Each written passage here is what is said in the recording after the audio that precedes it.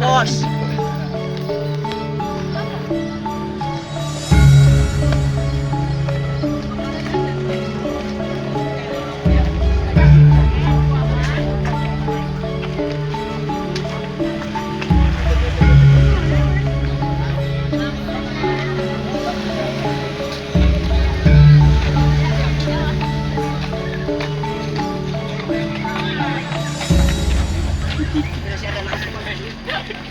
Jadi masuk yang mana?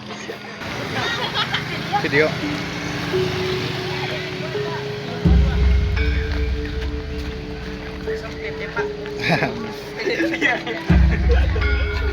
Adi pasif.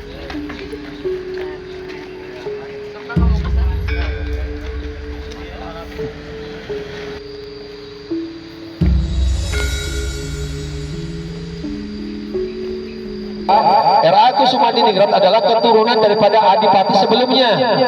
Adipati Galuh Garat Tengah yang bernama Raden Adipati Adikusuma beserta istrinya Raden Ayu Gilang Kancana mempunyai putra yang bernama RA Kusumandiningrat.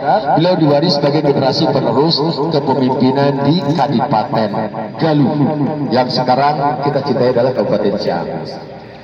RA Kusumandiningrat biografinya adalah beliau lahir di Galuh Garat Tengah atau sekarang terkenal dengan Imbana Negara.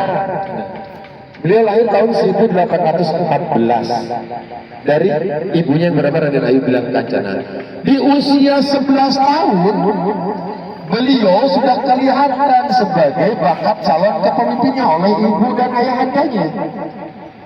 Allah memberikan anugerah kepada Raden Adipati Kusumandiningrat. Di dalam usia 11 tahun beliau sudah piawai menguasai bagaimana cara ilmu administrasi atau terkenal dengan zaman dulu mah juru tulis atau sekarang bagian daripada pekerjaan sekretaris. Maka Kanjeng Eyang di usia 11 tahun diambil oleh ayahandanya dijadikan salah satu juru tulis Regent Kadipaten Galuh di zaman Adipati Kusuma. Ya, beliau mendampingi ayahandanya usia 11 tahun loh. Mau kita usia 11 tahun apalagi sekarang sudah menginjak kelas 8 seperti Kanjeng Eyang? Mau dong, ya kan? Maka ketika usia 17 tahun beliau pun sudah dilihat bagaimana bakat kepemimpinannya, membela pemerintahannya. Maka Kanjeng Eyang diangkat menjadi panglima pasukan Galuh oleh ayahandanya dengan pangkat letnan kolonel dan diberikan gelar bernama Tumenggung Yuda Nagara. Visioner Kanjeng Eyang. Salah satu beliau pun adalah salah satu pemimpin yang di Allah wariskan yaitu multi talenta. Dari mulai pengembangan pembangunan bagaimana caranya dulu membangun pesawahan karena dulu itu nanam sawah itu di Huma. Tahu nggak Huma? Huma itu membuat pesawahan di darat. Ya, tandurnya di darat. Maka Kanjeng Eyang merubah dengan membuat sebuah pesawahan yang begitu besar sesuai di dokumentasi yang ada di buku ini, yaitu kurang lebih hampir 10.000 hektar di daerah Raja Desa dan Rancah. Ya. Maka lumbung padi begitu besar ketika di zaman Eyang. Dan tak lupa juga Eyang ketika bagaimana mengiringi pembuatan sawah harus juga dengan pengairan yang hebat. Maka Kanjeng Eyang membangun dam-dam atau irigasi dari sumber mata air yang Allah berikan melalui Sungai Cileur dan Sungai Citanduy. Itu ada di dua wilayah, sebelah selatan Citanduy, sebelah utara adalah Cileur. Ada yang kenal dengan Sungai Cileur? Kenal semuanya ya? Ya pirangku orang Ciamis kenal Sungai Cileur. Kenal Sungai Citanduy? Nah, yang sekarang ngetop dibendung menjadi bendungan Lewi Kering. Itu sampai sekarang beliau banyak yang menghormati karena jasa-jasanya. Atau versi yang lain yang kita anut sebagai orang muslim yaitu bagaimana ketika amal seseorang hingga menjadi bagian perjalanan sejarah. Betul apa betul? Nah, itulah yang harus kalian teruskan jejak perjuangannya. Nanti di antara anak-anakku ini siswa-siswi SMP 4, ya kan? Baru kelas berapa ini? Kelas 8, masih jauh kalian perjalanan untuk meraih talabul ilminya, ya kan?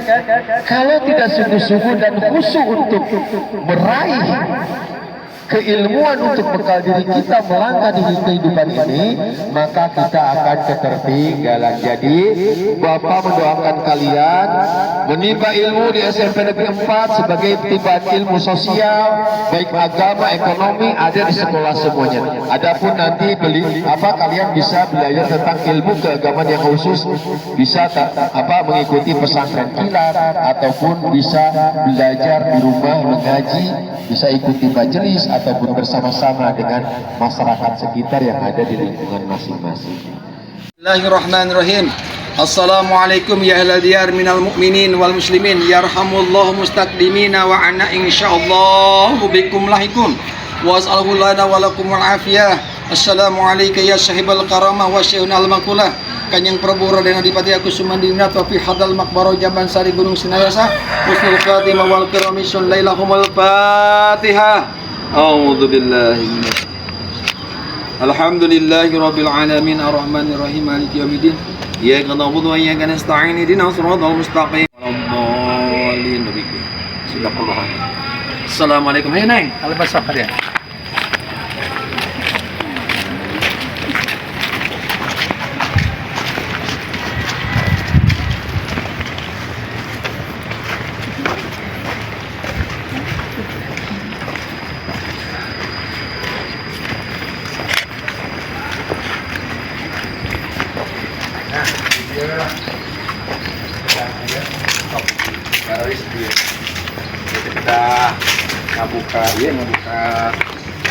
Jadi pada di video di kawin itu kadia desawios kaya makbarona kanjeng eyang atanapi makamna Kanjeng Prabu disebut RA Aku Sumandiningrat.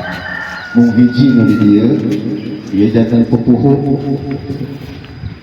anu wajib dikunjungi ku para bupati dina momentum hari jadi Kabupaten Ciamis setiap tahun. Jaroh foto tadi dia malah foto sesangan di dia. Setiap bupati Kabupaten Ciamis di hari jadi momentum Kadipaten hari jadi Kabupaten itu kantos aya nu di jarohan wajib, salah seriusnya di Jamban Sari.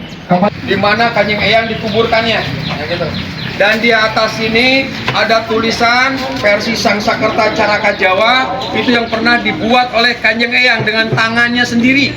Beliau menulis tulisan ini berjudul tentang Jamban Sari yang paling atas, dan di bawahnya adalah sebuah rangkaian sastra yang menjadi doa.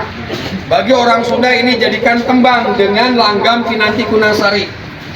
Sering setiap di dalam kunjungan itu wajib diucapkan. Kalau dulu di sekolah itu sering ditembangkan ketika para pelajar yang jebolan tahun 1980-an lah atau 70-an. Dulu di sekolah sering diajarkan ini.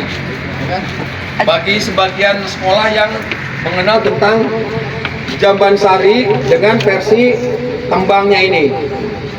Ini adalah salah satu doa dari Kanjeng Eyang yang ditulis diucapkan saking sayang terhadap para rakyatnya di Galuh. Jadi ini judulnya Jamban Sari. Nah, baru di bawahnya itu tulisan memperkenalkan dengan Jamban Sari dan salah satu doa. Seperti beginilah kira-kira, mungkin benar atau tidaknya. Jamban Sari. Jamban Sari tinakdir yang agung, cainata bapaknya kita amal jariah kaulah. Bupati Galuh Ciamis Arya Kusuma Diningrat Payung Mas Pajeng Kuni 1874 karya R.A. Kusuma Diningrat. Dulu beliau selagi masih jumeneng atau hidup memberikan doanya yaitu dengan wasilah bahasa Sunda. Sing saha hambara hayat kami sagaluh, keluarga kami nu di Galuh datang ke Jamban Sari minum cai jeung mandi cai Jamban Sari, maka kami wasilahkeun ieu cai Jamban Sari jadi tambana sagala penyakit. Nah, makanya dulu ada budaya ngabumbang sampai ada budaya turun mandi. turun mandi bagi dua kategori. Yang pertama turun mandi bagi kaum laki-laki dan perempuan yang mau nikah, itu sering ada bahasanya tentang mandian disebut ngaras. Yang kedua adalah budaya, sampai sekarang masih dipakai oleh warga masyarakat sebagian di Ciamis. Ketika mengenang tentang sejarah doanya Kanjeng Eyang, maka ada anak-anak yang mau disunat sering diturun mandikan dulu di sini. Intinya setelah mandi maka diadakan ziarah. Nah, itulah yang jadi amal ibadahnya. Ziarah ke beliau dan artinya mandi di Jamban Sari menjadi bagian wasilah syariah. Hakikatnya kepada Allah. Maka setiap bulan Muharram banyak yang numpang dulu di sini.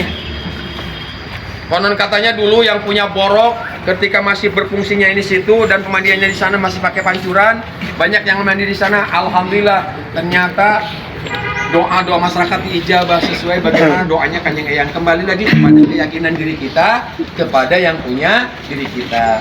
Tayo. Bangunannya dibuat disebutkan 3 ungkup, sungkupnya tilu ya teh. Tilu menjadi bagian salah satu jargon yang ada di Galuh ataupun moto yang ada di Galuh ataupun lambang yang ada di Galuh. Maka 3 ini menjadi, nanti kalian akan mengenal bagaimana secara budaya melambangkan tentang 3 ini. Ada 3 wilayah, Karesian, Karamaan, Karatuan. Maka disebut Rama Resi Ratu. Akhirnya muncul sebuah sejarah tentang lambang yang ada di Galuh, yaitu ini Rahayu Kancana Ningrat yang ditemukan di situs Batu Kawali. Ini adalah cakra.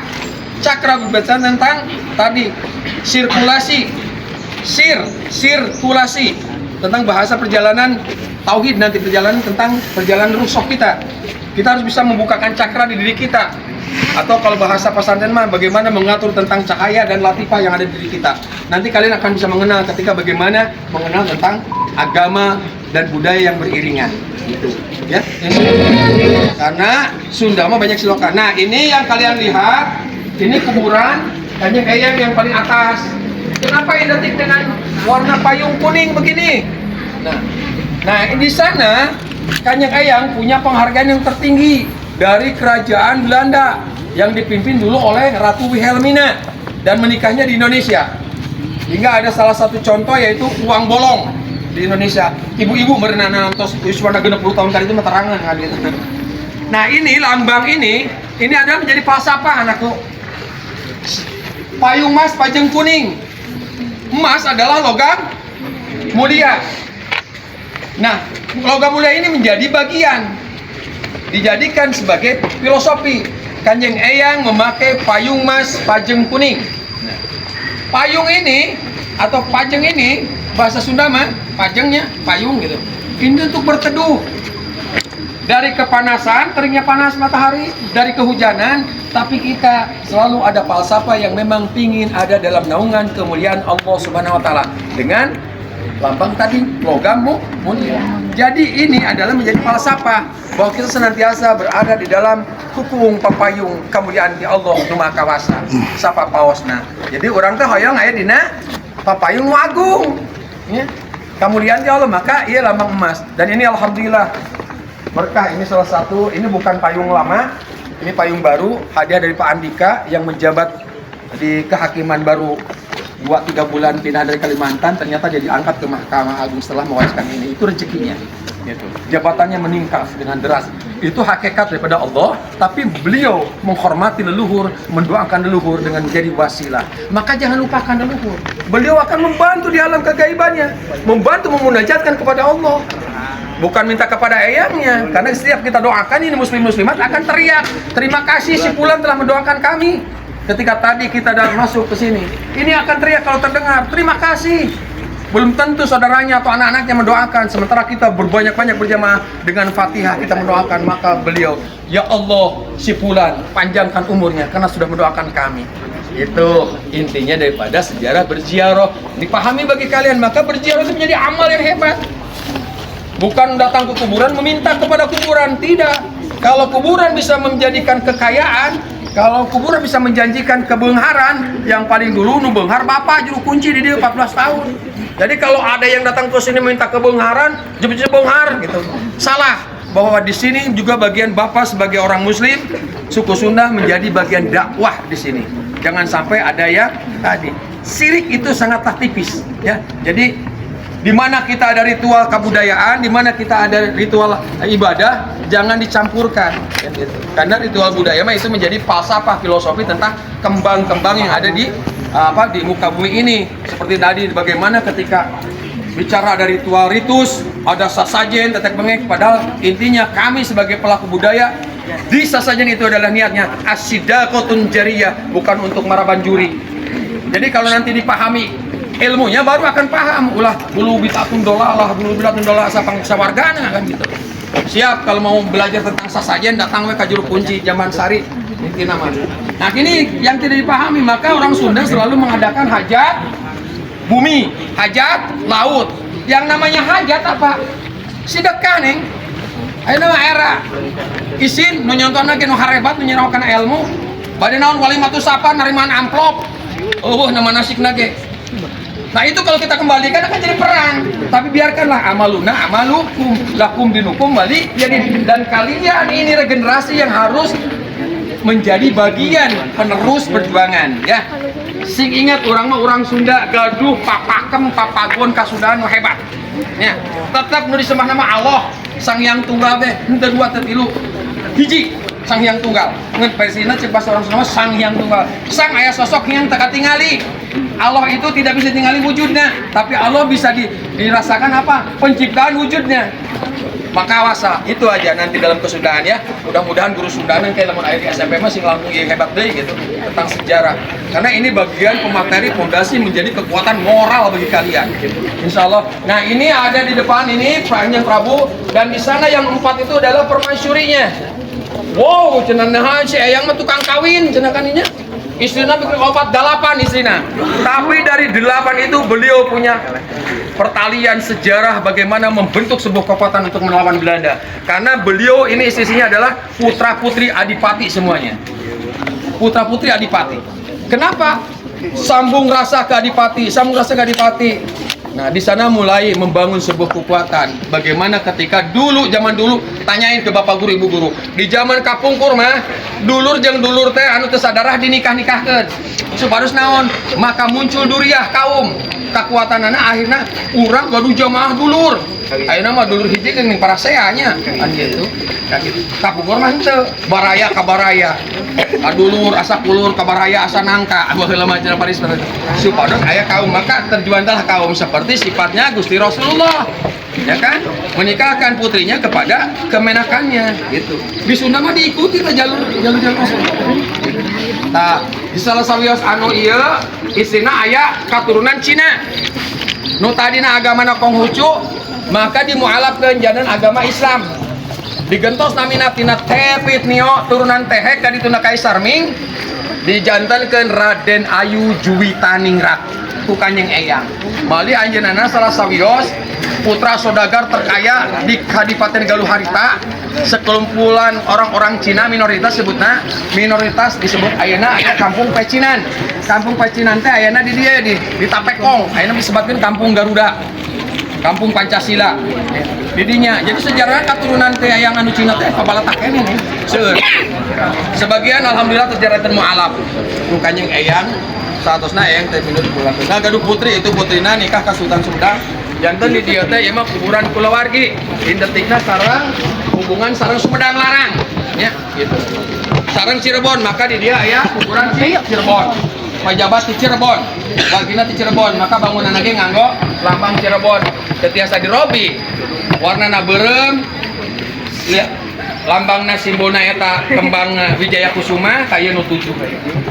Insya Allah tasak kita panginten dongkap ka dieu mah iwati urang sesarengan nyaeta ngawanwakeun diri urang ka hidup ieu ieu kuburan Kanjeng Eyang anu gaduh jasa untuk kuburanna istrina nu diharapna tos mencubuhi sareng praputrana. Tah ku kituna penghormatan terakhir anaking sok ngaradeg sadayana. Penghormatan terakhir urang mau ngeningkan cipta nya urang senja sedekah jariyah doana Fatihah khususna kanggo Kanjeng Eyang umumna kanggo sabayana muslimin muslimat. Siap, sok urang doa sasarengan, urang mengheningkan cipta, sing jantan investasi, sedekah, nu jantan amal pahala urang. Jaga di akhirat bakal mapakeun ka urang. Mugi-mugi ya sadayana yang murid SMP negeri 4 sadayana sing jantan murid-murid nu terbaik. Amin. Jadi alma mater sakola. Ka sakolanya urang nuntun berkahna karomah eyang khususna ge ka bapak guru ibu guruna sing paranjang umurna. Sehat walafiat kalayan anjeunna sing tiasa ngalirkeun kailmuan-kailmuanna pikeun haridak ataupun ka generasi anu terus menerus perjuanganna dina regenerasi anu memperjuangkeun bangsa urang nya. Ulah hilap kade SMP 4 tempat urang minta ilmu. Apa ge gaduh putra pun anak sakolana SMP 4 eta kapun anak si Najwan ulah poho ka SMP 4 malah ayeuna narongkrongna tadi SMP 4 dinya di warung. Geng-geng nanti geng-geng eta we. Ulah geng-gengan cetek kitu ngarepon sang anu satangratnya gitu alhamdulillah. Anu naon sok aya wasilah di SMA 4 mah grup naon teh dulu budak teh holigan eta karena holigan cenah aya teh holigan mah cenah bagian daripada diri kita walaupun saya sudah menjadi di sana urang ngumpul jeung holigan mah holiganan mana holigan teh naon ayeuna cenah da baheula ke di sakola mah holigan sa teh aman cenah teh adi-adi urang kudu dididik cenah dina holigan oh kitu nya ari nularkeun kebaikan mangga mun uluskeun nularkeun kana kawonan tak kitu bagernya insyaallah siap semangat jadi siswa-siswi yang terbaik siap alap barokah karomati Jamban Sari siap urang sasarengan urang ngaheningkeun cipta urang hadiah doakan ku Kanjeng Eyang dihusukeun tina mana dibersihkeun tina ati fokuskeun urang ngaheningkeun cipta nyaeta urang ngadoakeun Kanjeng Eyang ngalangkungan hadiah doa Al-Fatihah. Bismillahirrahmanirrahim. Mangga mengheningkan cipta mulai.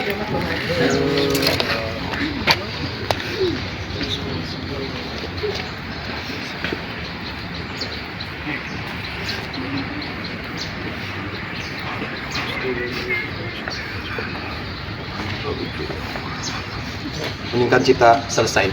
Alhamdulillah bager hatur nuhun utawi ka bapak-bapak ibu guru anu tiasa ngabantu urang kalina atas nami pribadi selaku guru kunci abi atas nami di keluarga besar yayasan haturkeun nuhun urang ngatos ngawanokeun marurang kali siswa-siswi SMP negeri 4 kelas 8 ya.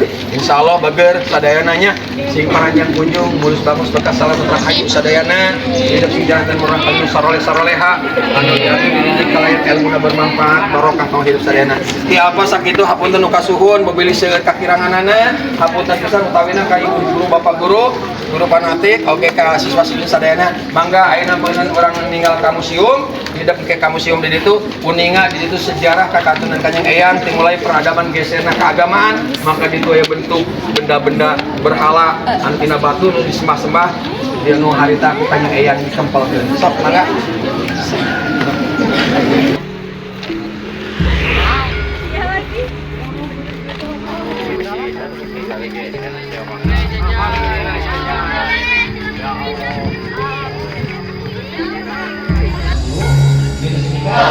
Sampurasun. Sekarang buat kalian semua. Ya, perkenalkan diri. Nah, saya Rizky. Maka buat adik-adik atau bapak ibu itu bisa manggil Kang Rizky atau Pak Rizky ya. Ya. Udah ada yang tahu nih tentang atau yang pernah ke Keraton Sagata? Ada? Belum. Ada yang pernah? Belum. Ada yang pernah, ada yang belum. Kaca. Ya, mungkin sedikit saya jelaskan untuk Keraton Sagata sendiri atau Museum Galuh sendiri. Untuk Keraton Sagata ini adalah peninggalan dari Raden Adipati Arya Kusumaningrat. Yang kakaknya itu ada di Jamban Sari ya. Tadi udah ke Jamban Sari ya? Nah, ya, itu ada ataupun Keraton Sagata adalah miliknya Raden Adipati Arya Kusumaningrat. Nah, dari Raden Adipati Arya Kusumaningrat itu atau Kanjeng Prabu, kita manggilnya Kanjeng Prabu aja ya. Kanjeng Prabu itu mempunyai 8 orang orang istri. Nah, 8 orang istri. Tapi nggak semuanya ya. Jadi tetap beliau mengikuti yaitu sunnah Rasul atau Nabi Muhammad SAW. Jadi benar masalah 4 orang saja. Jadi 4 orang ada yang meninggal, dia baru menikah lagi. Jadi maksimal tetap 4.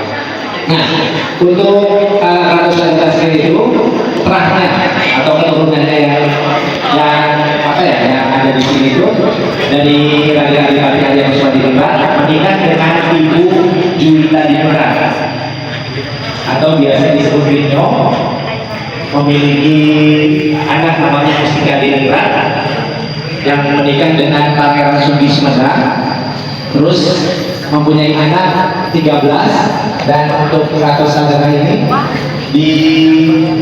diwariskan kepada anak terakhir yang 13 yaitu Raden Murti. Dan Raden Murti itu mewariskan lagi ke 13 anaknya. Ke 13 anaknya, dan tidak boleh intinya mah untuk Ratu Salika ini tidak boleh dijual untuk kumpulan keluarganya Raden Murti. Nah, untuk Ratu Salika sendiri ini didirikan ataupun juga dibangun pada tahun 1853 didirikannya. Pada awalnya Ratu Salika ini didirikan untuk tempat kerjanya beliau selama menjadi Bupati Galuh pada waktu itu ya.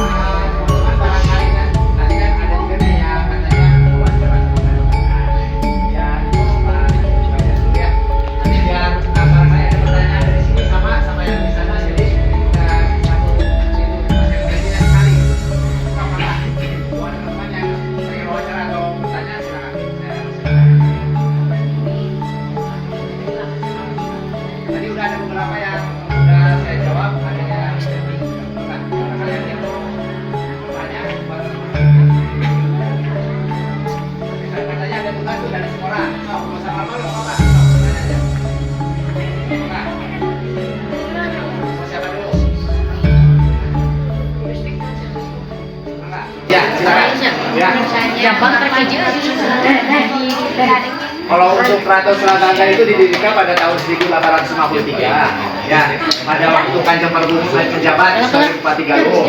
Cuma untuk Museum Galuh Pakuan sendiri itu diresmikan atau didirikan pada tanggal 18 Juli 2010 seperti itu. Ya, kalau didirikannya 1853. Cuma untuk kalau Museum Galuh Pakuan itu 18 Juli 2010. Ya. Ada lagi yang lain, silakan. Enggak. Coba izin bertanya, bagaimana awal Keraton Surakarta didirikan?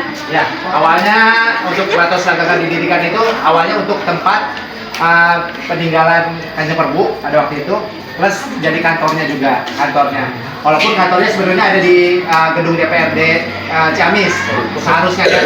Cuma beliau seringkali berkantor juga di sini seperti itu.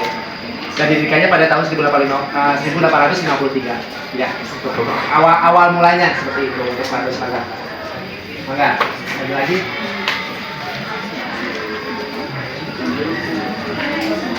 Ada lagi yang lain? Oh, mana? Mana? Bagaimana situs ini bisa dinamakan Keraton Selagaga? Keraton Selagaga. Keraton kan tempat tinggal ya. Kalau untuk Selagaga itu diambil dari nama dulunya itu nama daerah ini namanya Selagaga. Kalau sekarang kan Jalan Jaya Jamadahan. Nah, pada waktu masa pemerintahan beliau, baru itu daerah ini namanya atau jalan yang di sini sekitar sini namanya Jalan Selagaga. Nah, jadi dinamain Keraton Selagaga buat mengenang Kanjeng Perbulan itu. Nah, ada yang lain? Oh ya, lagi boleh. Izin bertanya, siapa saja pendiri Keraton Selagaga? Pendirinya, saya kurang tahu, tukangnya ada. Kalau pendirinya, kalau yang pengen didirikannya Keraton Selagaga sendiri di sini itu Kanjeng Perbu. Cuma sekarang diwariskan sama keturunan-keturunannya. Sekarang itu yang memegang itu ada Yayasan Kusuma. Kalau sekarang ya, yang saat ini Yayasan Kusuma Diningrat sama Yayasan Kusuma Winata. Kenapa peninggalan Raden Adipati Arya Kusuma disimpan di keraton? Ya, awalnya untuk pusaka-pusaka ini adanya di Jaban Sari, di belakang makam Kanjeng Perbu. Ada apa namanya? Kayak tempat lah, satu tempat yang kecil. Cuma karena takutnya di situ ada gempa, terus nantinya rubuh si bangunannya. Jadi sama kita diselamatkan di sini. Kita ingat pada 2009 waktu itu ada gempa di Pangandaran sampai tsunami itu. Nah, makanya keluarga takutnya tempat tersebut runtuh gitu. Makanya sama kita dipindahkan ke sini buat diselamatkan gitu. Untuk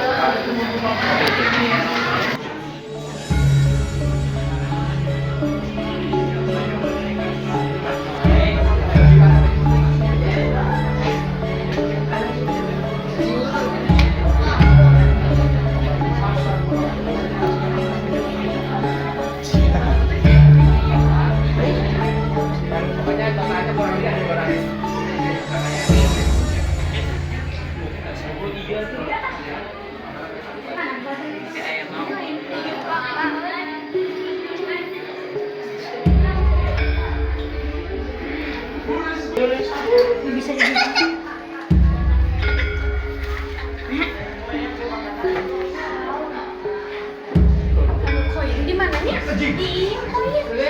Ini koin, Nek. Ah, itu koin. Nek.